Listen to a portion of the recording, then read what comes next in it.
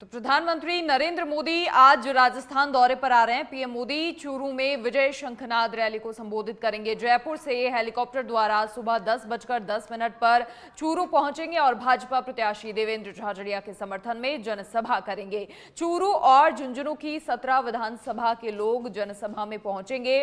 मुख्यमंत्री भजनलाल शर्मा, राजेंद्र राठौर समेत तमाम नेता मौजूद रहेंगे। पिछले लोकसभा चुनाव में प्रधानमंत्री मोदी ने चूरू में ही नारा दिया था, सर्जिकल स्ट्राइक के दिन चूरू में ही संबोधन दिया था। पहला संबोधन कि देश नहीं मिटने दूंगा, देश नहीं झुकने दूंगा, ये नारा उनकी ओर से दिया गया था। और आज एक बार फिर से वहीं पहुंच रहे हैं लोकसभा चुनाव में शंखनाद करने के लिए, हुंकार भरने के लिए।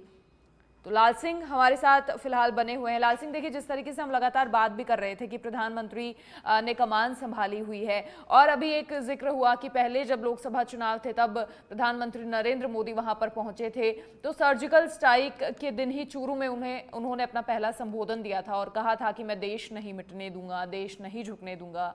तो जनता कहीं ना कहीं इसी ओर जाती है कि जब खुद प्रधानमंत्री कमान संभाल लेता है और प्रधानमंत्री अगर किसी के समर्थन में अपील करता हुआ दिख रहा है, किसी के ऊपर भरोसा जाहिर किया है, तो कहीं ना कहीं परफॉर्मेंस के आधार पर ही पार्टी फेसेस को सामने ला रही है।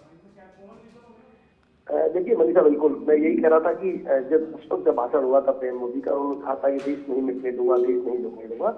और ये चूरू की धरती से दिया गया नारा पूरे हिंदुस्तान में ऐसा नारा बन गया कि कार्यकर्ता ही नहीं बल्कि आम जन से डायरेक्ट आपको जोड़ा, एक भावनात्मक अपील जोड़ा।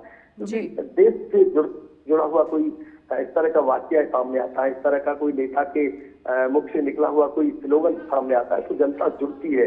क्योंकि कोई भी हिंदुस्तान का कोई भी व्यक्ति क्यों चाहेगा कि मेरा देश झुके, कोई भी क्यों चाहेगा कि मेरे देश को कोई मिटाने की ताकत रखता हो। लेकिन जब ये अपील करते हैं सर्जिकल स्ट्राइक के बाद, क्योंकि लगातार इस तरह की तस्वीरें देश में देखी कि हमारे सैनिकों के शव आ जाते थे, आंखें निकाल के सैनिकों को भेजते थे, लेकिन कभी भी हमने अपने पड़ोसी दुश्मन देश में जाकर इस तरह की हिम्मत नहीं की। लेकिन सर्जिकल स्ट्राइक के बाद आम देशवासी का गर्व से सीना थामा। हमारी सेनाओं का मनोबल तो बढ़ा ही, लेकिन आम देशवासी को गर्व हुआ कि हाँ, हम ताकतवर देश हैं और हम मुंहतोड़ जवाब देने की ताकत रखते हैं, यानी कि घर में घुसकर भी दुश्मन को माकूल जवाब दे सकते हैं। तो एक मनोबल बढ़ा, दुनिया में भारत की ताकत, दुनिया ने भारत की ताकत का लोहा माना। और उसी दरमियान जब ये बात निकलती है पीएम मोदी के मुख से कि देश नहीं मिटने दूंगा, देश नहीं झुकने दूंगा, तो आप देखिए चूरू की धरती से निकला हुआ नारा पूरे हिंदुस्तान में फैल गया।